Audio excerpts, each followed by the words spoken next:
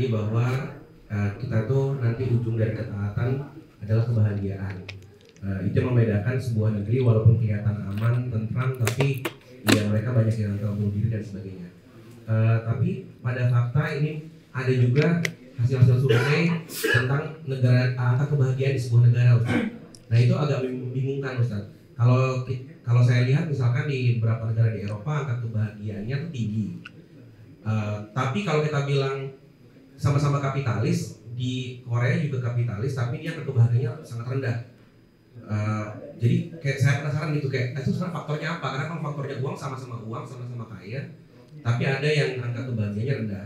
Kalau faktornya agama, kayak Indonesia tuh lebih tinggi angka kebahagiaan daripada Korea Selatan. Makanya angka bunuh dirinya rendah. Tapi ya agamanya di sini kan sebenarnya nggak taat banget gitu.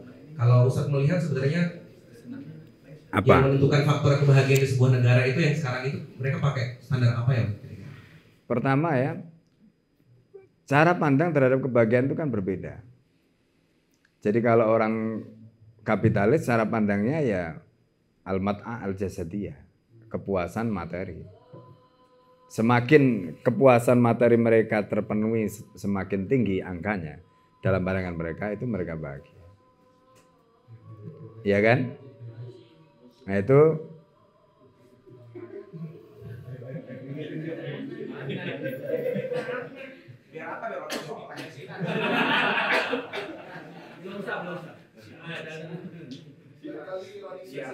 ya. Jadi tadi terkait dengan al-mat'a al-jasadiyah. Jadi itu terkait dengan fisik. Makanya kalau kita lihat kenapa di Eropa tadi itu tinggi karena tadi sebenarnya isolul hukuk al-wajibah tadi ila arbabiha itu sampai gitu. Ya kan? Itu poinnya terkait dengan apa? Sandang, papan, pangan macam-macam tadi itu yang terpenuhi. Itu. Nah, itu diantaranya yang kemudian dijelaskan ya. Kenapa teorinya Karl Marx itu tidak misalnya berlaku di Jerman gitu. Teorinya Karl Marx itu tidak berlaku di negara-negara barat termasuk Amerika gitu. Karl Marx itu kan membangun asumsi ya kalau nanti puncak dari kapitalisme itu kan terjadinya pemberontakan, revolusi. Tapi revolusi yang digambarkan Marx itu ternyata hanya terjadi di Rusia. Tidak terjadi di Eropa, tidak terjadi di Amerika. Padahal ini kapitalis tulen semua gitu. Nah, kenapa? Karena kapitalis yang ada di Eropa, di Amerika tadi itu pinter. Mereka sudah bisa membaca bagaimana caranya supaya rakyat tidak berontak. Maka apa menjadi kebutuhan mereka dipenuhi. Ketika ini tidak terpenuhi, maka mereka membuat tadi yang namanya welfare state, social justice dan sebagainya tadi. Itu yang mereka lakukan untuk itu. Ya kan? Nah, jadi intinya sebenarnya di tiga itu tadi ya. Jadi yang al-mat al-jasadiyah dengan hukuk al-wajibalil afrad maupun hukuk al-wajibalil jamaah tadi itu. Poinnya di tiga yang pertama dan tiga yang kedua. Nah, pertanyaannya kemudian kenapa kok Indonesia itu lebih bahagia daripada Korea gitu.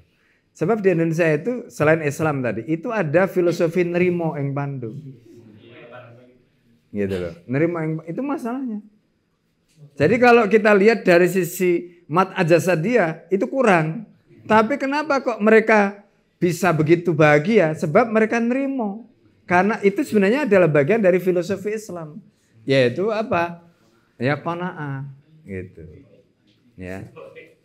Seandainya Indonesia itu mayoritas tidak muslim, itu akan berbeda. Akan berbeda. Dan itu kan pengaruh dari pesantren.